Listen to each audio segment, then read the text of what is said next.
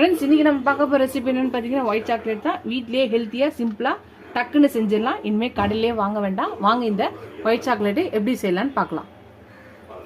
இந்த மாதிரியே செய்யலாம், மோல்டு இல்லாமல் இந்த மாதிரியும் பாக்ஸ்லேயே நம்ம செய்யலாம். வாங்க எப்படி செய்யலான்னு பார்க்கலாம்.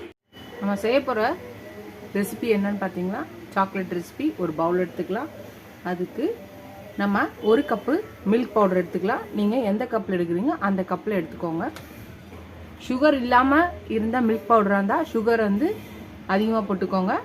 சுகரோடு இருந்துச்சுன்னா சுகர் வந்து கம்மியாக போட்டுக்கோங்க. அதில் பாதி அளவு வந்து சுகர் பவுடர் போட்டுக்கிறேன்.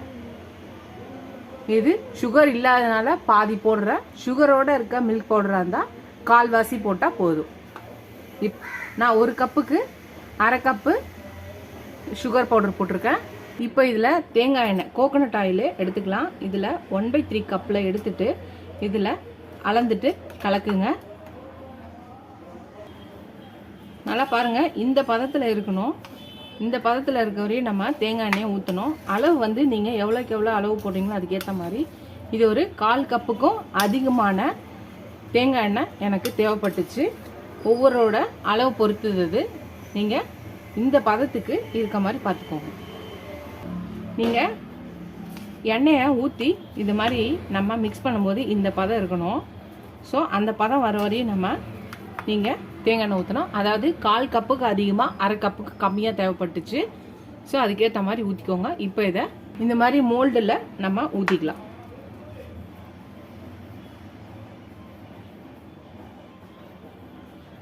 எல்லாத்துலேயும் ஊற்றிக்கலாம். அவ்வளோதான், நல்லா எல்லாத்தையும் ஊற்றியாச்சு. சப்போஸ் உங்ககிட்ட இந்த மாதிரி இல்லைன்னு வச்சுக்கோங்களேன்.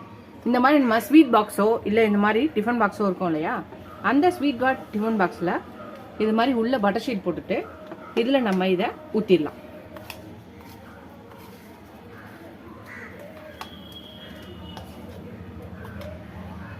அவ்வளோதான், ஊற்றியாச்சு பாருங்கள். இந்த மாதிரி ஊற்றிட்டு சப்போஸ் உங்களுக்கு நட்ஸ் தேவைப்பட்டாலோ அது கூட நம்ம ஒயிட் சாக்லேட் மேலே போட்டுக்கலாம். நான் உங்களுக்கு என்னென்ன நட்ஸ் வேணுமோ அதை போட்டுக்கலாம். பாதாம், முந்திரி, பிஸ்தா, வால்நட்ஸு எது வேணாலும் நம்ம போட்டுக்கலாம். இந்த மாதிரி போட்டுக்கலாம். அவ்வளோதான். இதை நம்ம எடுத்து ஃப்ரிட்ஜில் ஒரு 2 hours வச்சுட்டு பார்க்கலாம்.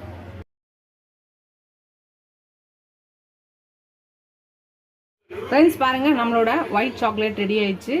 2 hours அப்புறம் பார்த்தீங்கன்னா தெரியும் ஒயிட் சாக்லேட் ரெடி ஆயிடுச்சு.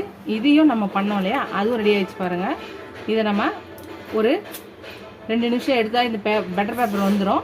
பட்டர் பேப்பர் எடுத்துகிட்டு நம்மளுக்கு எந்த ஷேப்பில் வேணுமோ அந்த ஷேப்பில் அந்த சைஸில் கட் பண்ணி நம்ம சாப்பிட வேண்டியதான். பாருங்கள், ஒயிட் சாக்லேட் வீட்லேயே நம்ம ஹெல்த்தியான ஒரு ஒயிட் சாக்லேட் ரெடி பண்ணோம்.